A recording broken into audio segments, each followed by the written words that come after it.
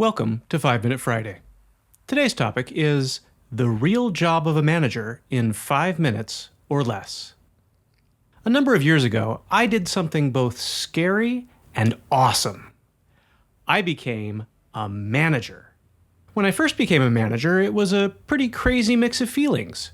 I now had power, responsibility, and confusion because nobody ever handed me a step-by-step playbook on exactly how to be a manager. I was assigned to manage a new hire, and my first conversation with him went kind of like this. "Hi, I'm your new manager." Cool. What exactly does that mean? I mumbled something unmemorable and eventually escaped the conversation. Afterwards, I had to think really, really hard. What was my job as manager? Was I supposed to be like a military sergeant? Barking orders and yelling when my reports stepped out of line? Well, that didn't feel right. All of the bosses and managers I'd ever seen in television, movies, and books were pretty terrible. I didn't want to be like them either. Looking at my own career, the managers that I really liked were the ones that didn't seem like they were managing me at all. My new report was a really smart and capable guy.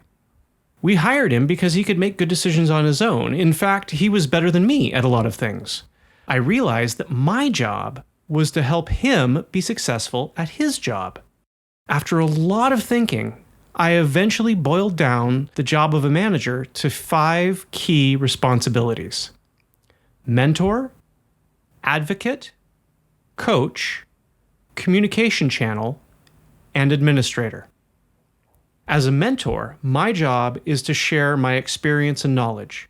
Because we've all lived different lives, I know things that you don't know. Some of those things might be helpful. As an advocate, my job is to represent the needs of my report to the rest of the organization.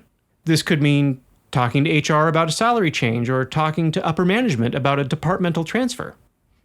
As a coach, my job is to help somebody solve their own problems. I'm a sounding board.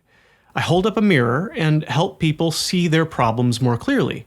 Coaching is different than mentorship because I'm not providing my own knowledge to solve a problem. Instead, I'm helping the other person arrive at their own personal solution.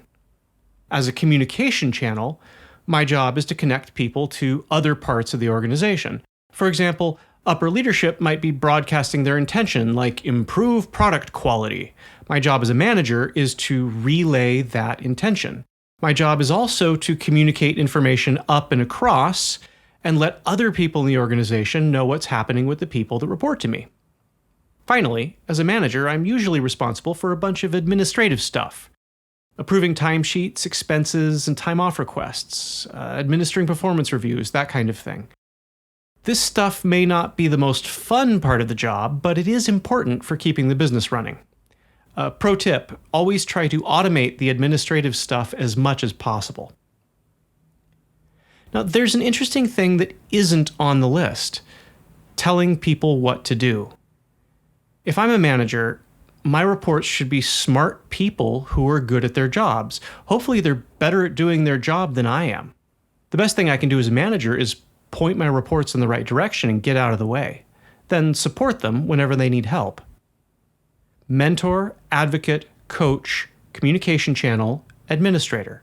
Once I got all of this clear in my own mind, I was able to set expectations with the people that I manage.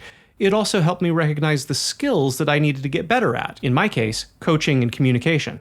This is basically the list that I came up with all those years ago, and even though I've had a number of jobs since then, that list has still felt correct. Every company has a little different flavor, but the core of the job seems to be pretty much the same. Being a good manager can still be hard. However, knowing what people can expect from me as a manager has made both me and my reports a whole lot happier. Thank you very much.